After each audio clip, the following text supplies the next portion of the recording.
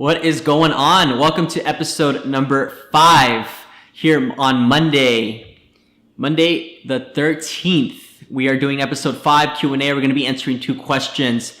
Hopefully you had a great weekend. Hopefully you're off to a great start this week. And I'm wishing you guys nothing but the very best. If you guys have seen my Instagram story, then you have seen that my girlfriend has moved in. So this weekend was incredibly crazy, hectic, long hours, probably longer than I actually work. But anyway, so we're going to be finalizing the move-in today, and hopefully tomorrow everything will be finished. So we're going to be getting into 2 questions today. We're going to be talking about SIADH, and then we're going to be talking about the PANCE and PANRE, and do the scores even really matter, right? So let's get into today's question. The first one comes from Dustin. This was sent over by DM on Instagram. And if you guys haven't already followed the PA Boards Instagram, that's simply at PABOARDS, so PA Boards. So this is from Dustin. He says, "Hi, would you mind doing a video on SIADH?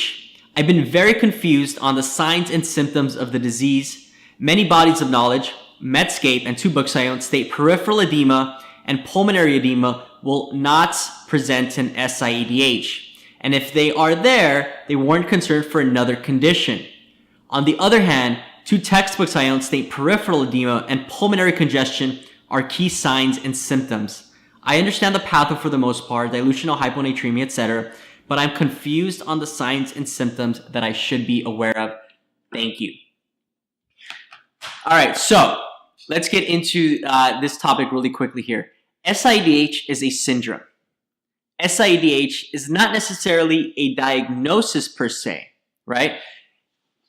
SIADH, there's a reason behind having SIADH. All SIADH means is that we have elevated levels of ADH, anti-diuretic hormone. It's being inappropriately released. When we have elevated levels of ADH, this means that we're going to be holding on to free fluid, holding on to water. Like you said, dilutional hyponatremia. Right? All these symptoms are going to be secondary to hyponatremia and or the etiology behind SIADH. Remember, SIADH is not necessarily a disease. It's simply a syndrome. We have a syndrome and we have hyponatremia. And we have the etiology, right? These are what's causing the symptoms.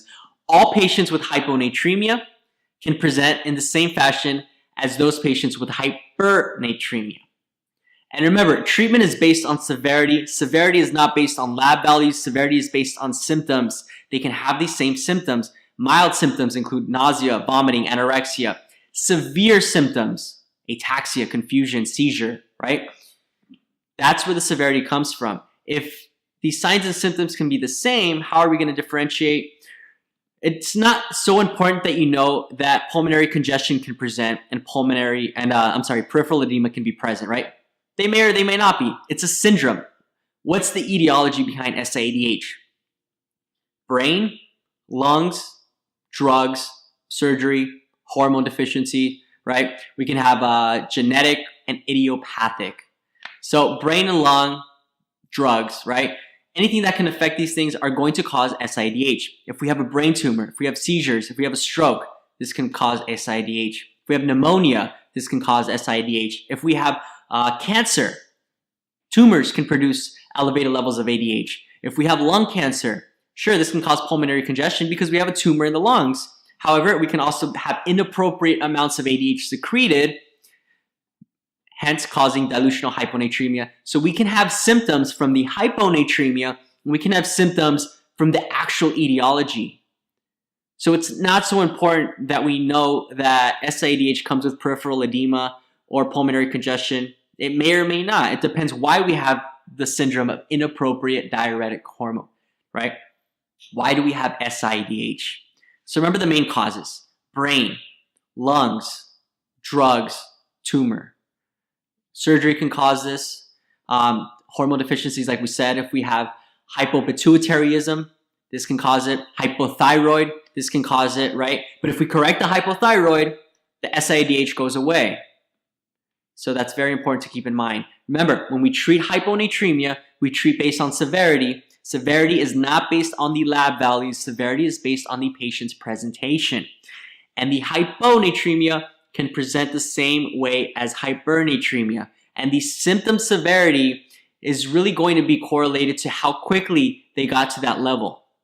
If it happened incredibly quickly, they're going to be a lot more symptomatic. In the same fashion that you have somebody that's anemic, right? If they go from a hemoglobin of 12 to 10 in one day, they're going to feel awful. With that said, I've had patients in my office with a hemoglobin of 6, 7 that feel great because it took many, many years to get there, and they're so used to having a hemoglobin of 6, 7, it's not a big deal. They might feel a little bit fatigued, but they can go on with their daily life. So it's not the lab values that's important, it's the severity. Nausea, vomiting, anorexia are very mild symptoms. Once we start having ataxia, neurological deficits, convulsions, this is where we get severity, right? This is where we have severe hyponatremia. So don't worry about the pulmonary congestion. Don't worry about peripheral edema. Just worry about the patient's presentation and the etiology. Now, I want to move on to question number 2. Question number 2 was sent over by email. And we're going to be talking really about the PANCE and the PANRE and the standardized exams. So let's get into the question first, and then I'll go ahead and give my 2 cents here. So this person says, so I failed my first PANCE test after graduation. After healing my pride a bit, I buckled down and went back to work studying. I used your resources and others as well as went to a review course seminar. I took the predictor test and all of them said I should hit it out the park the second time. I passed my second test, but only by 50 points. That was only 40 points higher than my failed score. I am somewhat confused by this as I know the information well and I am doing great in practice now.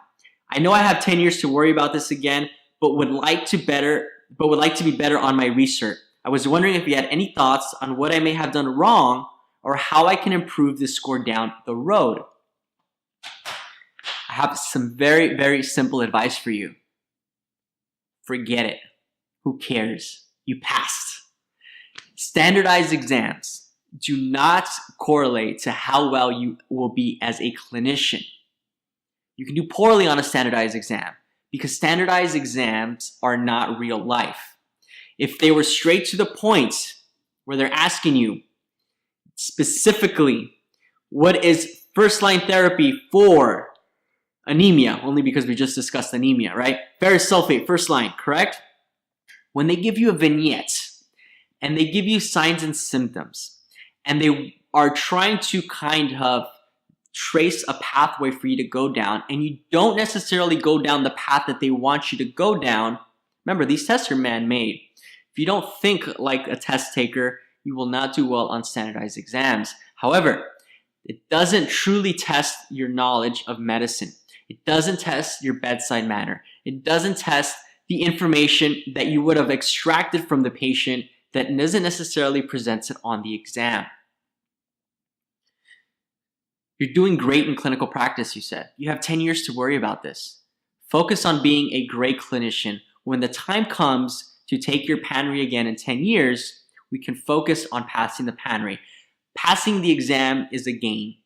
Learn to play the game, you pass. And that's really all you care about.